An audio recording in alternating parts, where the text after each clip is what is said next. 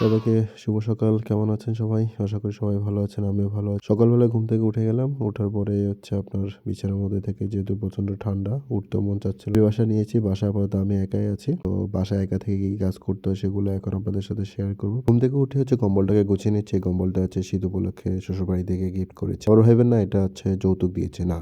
প্রচন্ড শীতের কারণে ঢাকায় যেভাবে প্রচুর শীত পড়ছে, সো পাতলা কম্বল আসলে টিকতেই পারতেছিলাম না। তো শ্বশুরবাড়ি থেকে হচ্ছে কম্বলটা দিয়েছে। আমার অ্যাকচুয়ালি কেনা হয়নি। বউ বিষয়টা ভালো করে নজরে রেখেছে এবং দেখলো যে আমার প্রচন্ড ঠান্ডা, তখন হচ্ছে তার বাবা আমাকে বলে আমার জন্য কম্বলটা পাঠিয়ে দিয়েছে। ধন্যবাদ বউ আমাকে এতটা ভালোবাসার জন্য। ঘুম থেকে ওঠার পরে দেখি নাকটা বন্ধ হয়ে আছে। তারপর হচ্ছে এইভাবে এক্সারসাইজটা করে নাকটাকে ফ্রি করে নিলাম। এরপরে মোবাইলটা হাতে নিয়ে চলে গেলাম বারান্দার দিকে সূর্যটা উঠেছে কিনা সেটা দেখার জন্য। তড়িঘড়ি করে দরজাটা খুলে দেখলাম বাইরে হচ্ছে প্রচন্ড কুয়াশা। তবে সূর্যটা উঠতেছে, তখন বাজে প্রায় 12টা। এই সময়টাতে সূর্য ওঠেনি। কুয়াশাটা এখনো আছে। তো মেঝেটাতে অনেক নোংরা হয়ে আছে। তো তড়িঘড়ি করে আমি রান্নাঘরে চলে আসলাম। রান্নাঘরে দেখলাম গতকালকে রান্না করা ডিমের তরকারি এবং হচ্ছে ভাত রান্না করা আছে। এবং আমি গরম পানি খাওয়ার জন্য হচ্ছে গরম জল বসিয়ে দিলাম। সকালবেলা গরম জল খাওয়াটা আপনার শরীরের জন্য যথেষ্ট ভালো। তাই চেষ্টা করবেন সকালবেলা কুমকুম গরম জল খাওয়ার জন্য। জলটা বসিয়ে হচ্ছে আমি ঢাকনা দিয়ে দিলাম এবং এরপরে আমার রুমটা পরিষ্কার করার জন্য ঝাড়ু নিয়ে গেলাম। রুমটা অনেক নোংরা হয়ে আছে। মাথা থেকে প্রচন্ড জুল পড়ে। তো চুলের কারণে হচ্ছে পুরো রুমটা হচ্ছে চুলে ভরে আছে। তো ঝাড়ু না দিলে হচ্ছে রুমটা অপরিষ্কার দেখা যাচ্ছে। যার জন্য আমি রুমটা ঝাড়ু দিয়ে দিলাম। পুরুষ মানুষ বলে কথা, ঝাড়ু দেওয়াটা আসলে ওইভাবে এক্সপার্ট না। যতটুকু পারছি হচ্ছে ঝাড়ুটা দিয়ে দিচ্ছি। তো রুমটা অনেক অগোছালো। বউ আসলে সবকিছুই সেটআপ করে নিবে, তার মতো করে সাজিয়ে নিবে। আমি যতটুকু পারছি এখন নিজের মতো। কারণ দীর্ঘদিনের ব্যাচেলরের অভিজ্ঞতা তো, তা সেটা কোনোভাবে অভ্যাসটা পরিবর্তন হচ্ছে না। যথেষ্ট কষ্ট হচ্ছে আমার জন্য পুরো বাসাটা পরিচালনা করার জন্য। সো আমার মতো করে আমি ঝাড়ু দিচ্ছি। রান্নাঘর থেকে শুরু করে পুরো মেঝে সবকিছুই আমি ওভারঅল এভাবে ঝাড়ুটা দিচ্ছি। ঝাড়ুটা দেওয়ার স্টাইলটা দেখে বুঝতে পারতেছেন আমি কতটা ঝাড়ু দিতে পারি। তো এটা সেটা ফেলে দিচ্ছি ঝাড়ু দেওয়ার সময়। পুরো রুমটা আমার ঝাড়ু দিতে প্রায় আধা ঘন্টার মতো সময় নিয়েছিল। তো চেষ্টা করেছি যতটুকু পরিষ্কার রাখার জন্য, কারণ আমার রুমটা যদি আমি পরিষ্কার রাখি তাহলে আমি নিজে সুস্থ থাকবো। তো ওইভাবে হচ্ছে আমি আমার রুমটা প্রতিদিন ঘুম থেকে উঠে একবার হলেও ঝাড়ু দেই।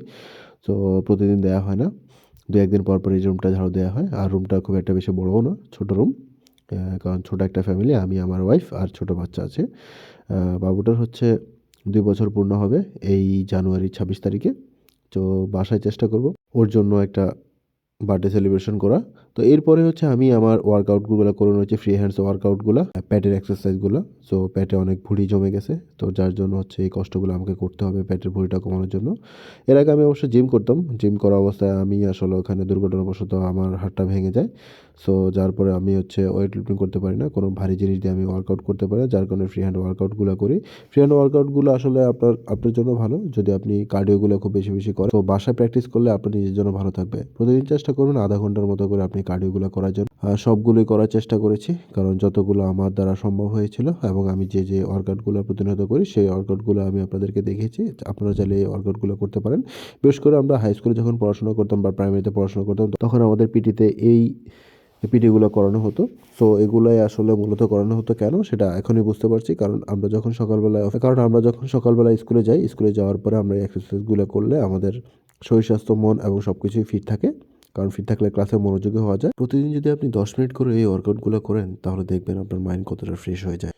তবে একটা জিনিস মাথায় রাখবেন, সকালের নাস্তাটা যেন অনেক ভারী হয়, যেন প্রচুর ফাইবার, প্রোটিন, ফ্যাট এই খাবারগুলো যেন থাকে। তাহলে দেখবেন যে আপনার সারাটা দিনটাতে আর ক্ষুধা লাগবে না। দুপুরবেলায় আপনি হালকা করে খেলেন, রাতের বেলা আপনি হালকা খেলেন। বাট সকালের নাস্তাটা যেন খুব ভালোভাবে হয়। তো ব্যায়াম করা শেষ হওয়ার পরে হচ্ছে আমি কিচেনে চলে গেলাম গরম পানি খাওয়ার জন্য। তো গ্লাসটা ধুয়ে আমি গরম পানিটা খেলাম। গরম পানি খাওয়ার পরে সিদ্ধ ডিম এবং ভাত খেয়ে অফিসের উদ্দেশ্যে রওনা দিলাম। তো আজকে এই পর্যন্ত। সবাই ভালো থাকবেন, সুস্থ থাকবেন। টাটা।